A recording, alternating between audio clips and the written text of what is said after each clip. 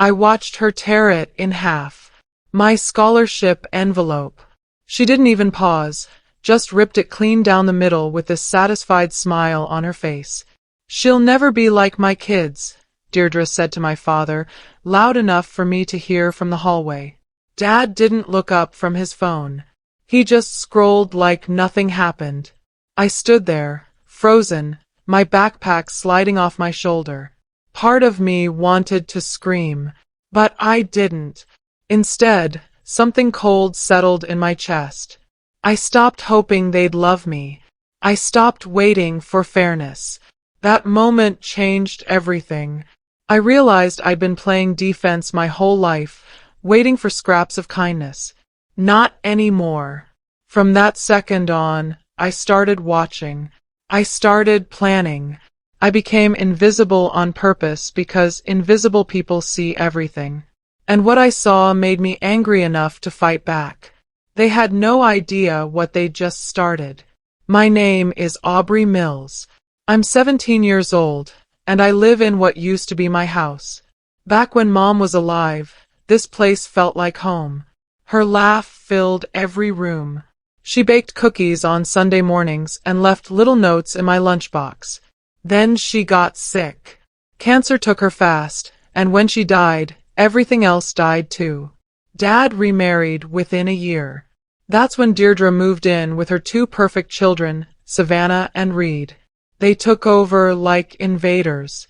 Suddenly, my childhood bedroom became Savannah's walk-in closet. My spot at the dinner table got pushed to the corner. Deirdre redecorated everything, erasing every trace of my mother like she never existed. Photos disappeared. Mom's garden got paved over for a patio. I became the leftover kid. The one nobody planned for. The ghost haunting their perfect blended family. Dad barely looked at me anymore. It was easier for him, I think, to pretend I didn't need anything. So I learned not to ask. They moved me into the guest room. Deirdre called it a transition space, which was code for "we don't really want you here." It had no closet, just old furniture nobody wanted and a dented dresser missing 2 drawers. Meanwhile, Savannah got a chandelier installed in her new room. Actual crystals. Reed got a mini fridge, a gaming setup, and these fancy color-changing lights he controlled from his phone. I got a fold-out bed that squeaked every time I moved and a space heater that buzzed so loud I couldn't sleep. My clothes stayed in garbage bags because there was nowhere else to put them. I kept my school books stacked against the wall. Every morning, I'd wake up to the sound of Savannah's laugh echoing through the house, and I'd remind myself this was temporary. I just had to survive until graduation. Then I could leave. Then I could breathe. I taped a calendar to the wall and crossed off each day like a prisoner counting down freedom. Dinner was the worst part. We all sat around this big table Deirdre bought, and the hierarchy was obvious. Reed always got the biggest piece of chicken or steak. Savannah got Deirdre's full attention, discussing college plans and weekend trips. I got leftovers. Sometimes literally the scraps left in the pan. One night, I mentioned wanting to visit a college campus. I'd been researching schools with strong science programs, dreaming about labs and research opportunities. Deirdre looked at me like I'd said something hilarious. She actually laughed. "Let's not get ahead of ourselves, Aubrey," she said, patting my hand like I was a child. "College isn't for everyone. You're more of a hands-on learner." Translation: You're not smart enough. Reed snickered into his napkin. Savannah just stared at her phone. Dad cut his meat and said nothing. I swallowed my anger with my dry chicken and made a promise to myself. I'd prove her wrong. I'd get so far away from this table they'd choke on their regret. I found the itinerary by accident. It was sitting on the printer, still warm. A week-long college tour for Savannah. Hotels booked. Campus tours scheduled. There was even a spa day built in. 7 days of bonding and future planning. My name wasn't anywhere on it. I stood there holding the paper, and my hands started shaking. I knew I shouldn't be surprised, but it still hurt. When I asked Deirdre if I could tag along, she didn't even stop typing on her laptop. This trip's for students with real potential, Aubrey. You understand. She said it so casually, like she was commenting on the weather. Like she hadn't just stabbed me in the heart. I nodded and walked away before she could see my face crumple. That night, I lay in my squeaky fold-out bed and cried into my pillow. But by morning, the tears were gone, replaced by something harder. Something that wouldn't break so easily.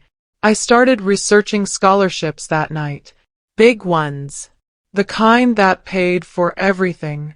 I spent 3 nights writing my scholarship essay. 3 nights hunched over my laptop in the freezing garage, fingers numb, pouring everything onto the page. I wrote about losing my mother, about being erased in my own home, about fighting for a future nobody thought I deserved. I printed it, signed it, stamped the envelope. I left it on the kitchen table so Dad could mail it on his way to work. That was my mistake. The next morning, it was gone. I searched everywhere. Under newspapers, behind the coffee maker, in the recycling bin. Nothing. When I asked Deirdre, she barely glanced up from her phone. Never saw it, sweetie. You probably misplaced it. But I knew. I saw it in her eyes. That tiny flicker of satisfaction. She'd thrown it away. Or maybe she'd ripped it up. Either way, she thought she'd won. She thought she'd killed my chance. What she didn't know was that I'd saved a backup copy on a flash drive. And I had time to reprint it. I walked 5 blocks in the pouring rain to the post office. My hoodie was soaked through. My sneakers squeaked with every step. But I was smiling. Because I had that envelope clutched against my chest, protected in a plastic bag. I dropped it through the mail slot myself and watched it disappear. My heart was pounding so hard I could feel it in my throat. This was mine. My application. My future. Nobody could take it from me now. Walking back home, I felt something new burning in my chest. It wasn't hope exactly. It was stronger than that. It was defiance. It was the knowledge that I could fight back, even when they tried to sabotage me. Even when they wanted me to fail. I didn't need their permission or their approval. I just needed to keep moving forward.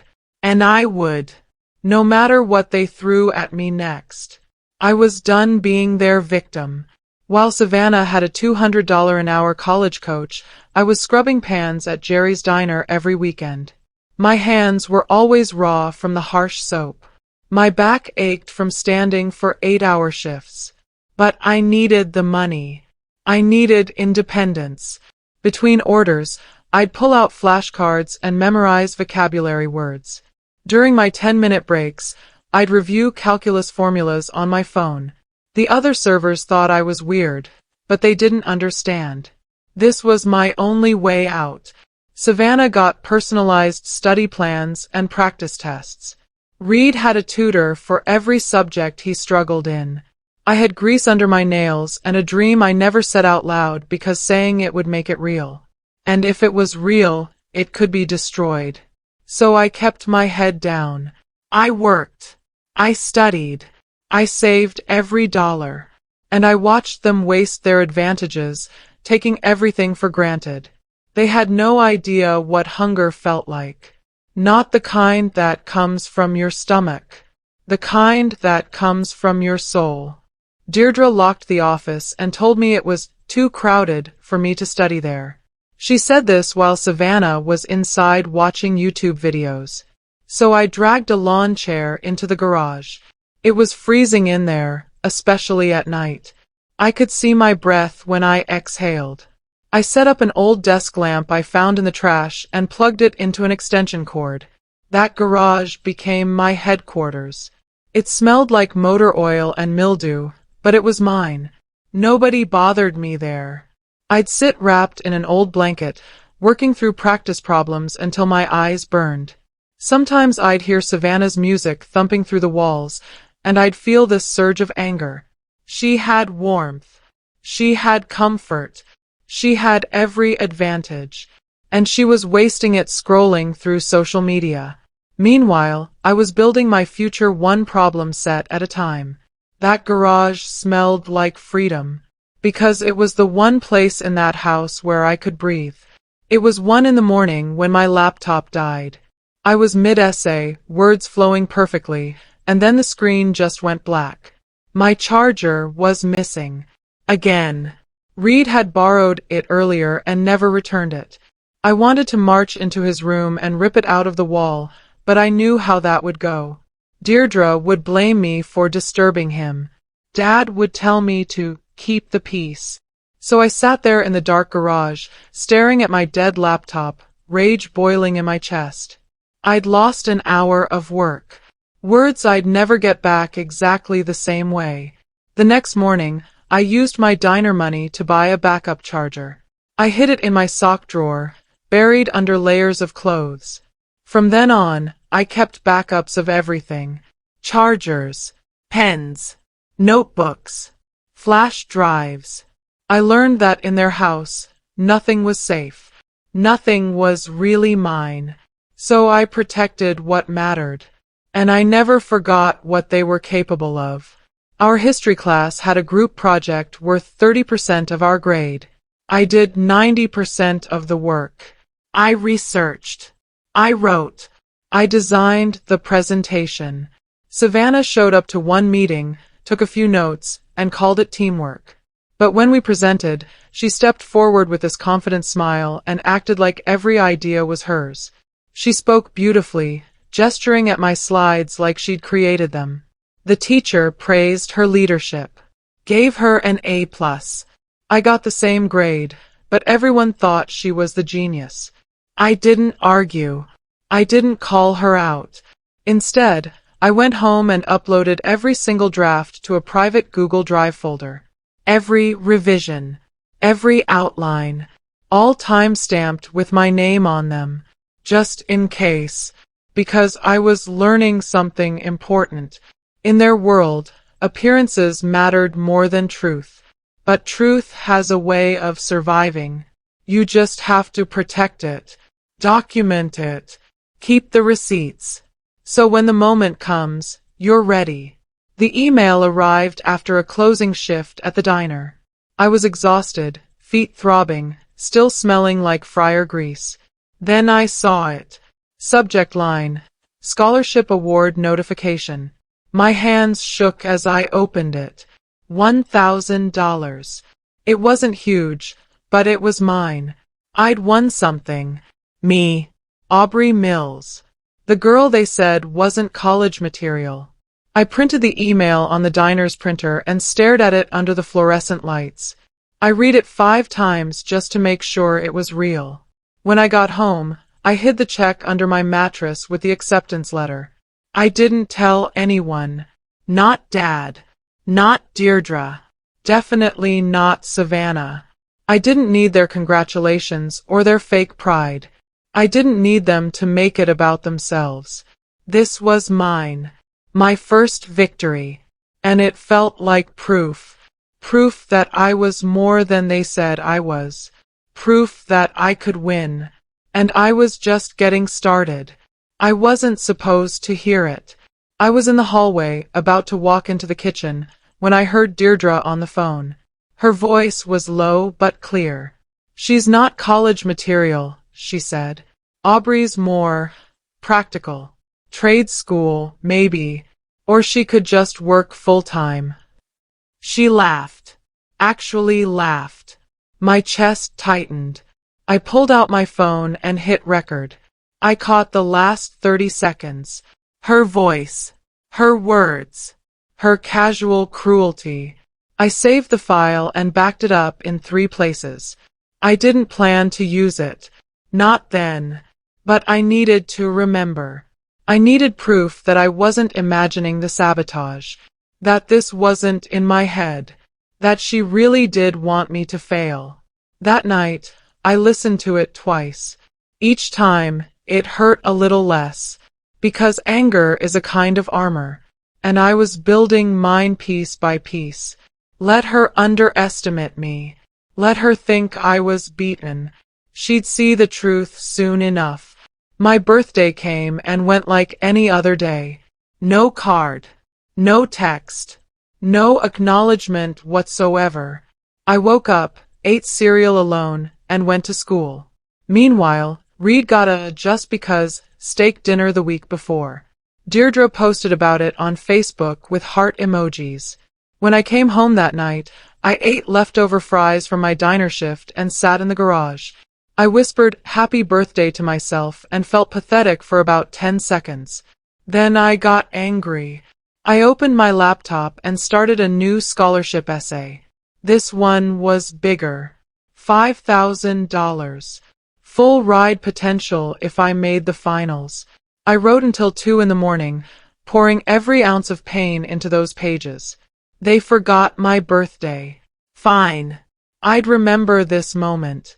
I'd use it. Fuel doesn't have to be positive. Sometimes the best fuel is rage. And I had plenty to burn. By the time I finished, I wasn't sad anymore. I was determined. Savannah walked into breakfast wearing a sweatshirt. My dream school's logo across the front. Big block letters. She poured herself orange juice and smiled. I think this is the perfect fit for me, she said, spinning around to show Deirdre. Don't you think, Mom? Deirdre gushed about how perfect it was. How Savannah would thrive there. How it was basically made for her. I stirred my cereal and said nothing. What they didn't know was that I'd already applied. Early decision. Months ago. And I wasn't just applying. I was applying with a full-ride scholarship package in play. I'd spent weeks on that application. I'd written 4 drafts of my personal statement. I'd gotten teacher recommendations that made me cry when I read them. But I kept quiet. I smiled. I let Savannah dream. Because the moment she found out I'd gotten in and she hadn't, that was going to be the sweetest moment of my entire life. I just had to wait. The envelope arrived on a Tuesday. Thick, heavy, expensive paper. I knew what it meant before I even opened it. My hands shook as I tore the seal. Full scholarship. Honors program. First Generation Scholar Award. I read the letter 3 times in the garage, my eyes blurring with tears. They wanted me.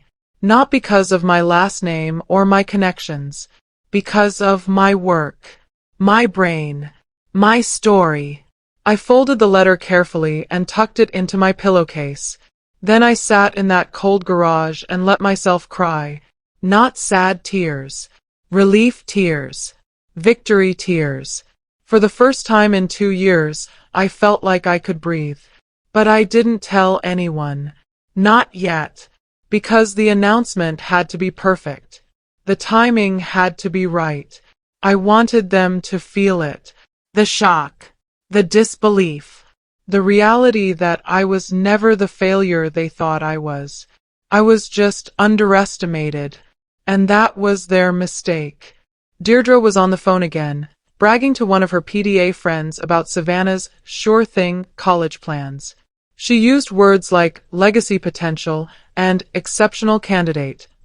I walked past her in the hallway, and she didn't even lower her voice. I played dumb. When she asked how my plans were going, I shrugged. I doubt I'll even get in anywhere, I said. I'll probably just work full-time after graduation. She smiled. A real, genuine smile. Like I'd finally accepted my place. That's very mature of you, Aubrey, she said. Not everyone's cut out for university. I nodded and walked away. Inside, I was screaming. But outside, I stayed calm. I'd learned that showing weakness only invited more attacks. So I kept my face neutral. I kept my secret close. And I waited. Because the longer they believed I was nothing, the harder they'd fall when the truth came out. Savannah's financial aid letter came in the mail. I saw Deirdre open it at the kitchen table. Her face went pale. She didn't get any, she whispered to my father. Not a single dollar. We'll have to pay full tuition. Dad's voice got tight. That's $40,000 a year. We can't afford that. They argued in hushed tones while Savannah sat on the couch, scrolling through her phone, completely unaware her dream was crumbling. Meanwhile, I was fully funded. Every single dollar covered. Tuition, housing, meals, books. I even had a stipend for personal expenses. I sat at the table pretending to do homework, biting the inside of my cheek to keep from smiling. They'd spent years telling me I wasn't good enough, that I didn't have potential, that college was for people like Savannah. And now, she couldn't afford it, but I could, because I'd worked for it, and they had no idea yet, but they would soon. Reed's rejection letter came next. He opened it in the living room and actually punched the wall, left a dent in the drywall. This is garbage, he yelled. The system's rigged. They're out to get people like me. Deirdre rushed to comfort him, rubbing his back. It's okay, baby. Those schools don't deserve you anyway. I watched from the doorway, silent. People like him. He meant white, privileged, mediocre but confident. He'd spent 4 years doing the bare minimum, coasting on his mother's connections, assuming the world owed him something. And now reality was hitting. He wasn't special. He was average. And average doesn't get scholarships. Average pays full price. I almost felt bad for him. Almost. But then I remembered every time he stole my things. Every cruel joke. Every moment he made me feel small. So I turned and walked away. Karma wasn't just real. It was poetic. The golden envelope came to school. Official seal. Embossed letters. I opened it in the bathroom, hands shaking. I was being honored at the county's annual scholarship banquet. Top scholar. Guest of honor. They wanted me to give a speech. I RSVP'd during lunch, hands trembling as I filled out the form. I didn't tell anyone. Not my guidance counselor. Not my favorite teacher. Definitely not my family. I just tucked the invitation into my backpack and carried it like a secret weapon. That night at dinner, Deirdre was complaining about how expensive Savannah's prom dress was. Reed was sulking about his rejections. Dad looked exhausted. And I just sat there, eating quietly, thinking about the banquet. Thinking about standing on that stage. About hearing my name called. About watching Deirdre's face when she realized who I really was. I smiled into my mashed potatoes. Soon. Very soon. I dropped the bomb at dinner on a Wednesday night. We were halfway through the meal when I spoke up. So, is anyone else going to the scholarship banquet Friday? I asked casually, stabbing a piece of broccoli. The room went silent. Forks stopped moving. Savannah's mouth hung open slightly. Deirdre blinked at me like I'd spoken a foreign language. What banquet? She asked slowly. I looked up, face neutral. Oh, I guess I forgot to mention it. I'm being honored. Guest speaker, actually. Top scholar in the county. I took a sip of water while they processed. Reed's face turned red. Savannah looked like she might cry. Deirdre's jaw tightened. Dad finally looked at me. Really looked at me. For the first time in months. You're speaking? He asked. I nodded. Yeah. Friday at 7. You're all invited. If you want to come. I stood up, cleared my plate, and left them sitting in stunned silence. The banquet hall was packed. Round tables covered in white cloth. Crystal glasses. A stage with a podium and microphone. I wore a dress I'd bought with my diner money. Simple. black, elegant. I felt like an imposter at first, surrounded by parents and families who looked like they belonged. Then the dean stepped to the microphone. This year's full-ride scholarship recipient has overcome extraordinary obstacles, he began. My heart pounded. She represents resilience, intelligence, and determination. Ladies and gentlemen, Aubrey Mills. Applause exploded. I stood slowly, legs shaking, and walked to the stage. Flashbulbs popped. I scanned the crowd and found them. Deirdre, 2 rows back. Frozen. Face pale. Savannah next to her, eyes wide. Reed staring at his lap. And Dad. He was clapping. Tears in his eyes. I accepted the award, shook hands, and smiled. This moment was mine. They couldn't take it. They couldn't diminish it. I'd won. After the ceremony, a local journalist asked for an interview. I agreed. She asked what kept me going through hard times. I looked directly at the camera and said, I was underestimated, overlooked, told I wasn't good enough.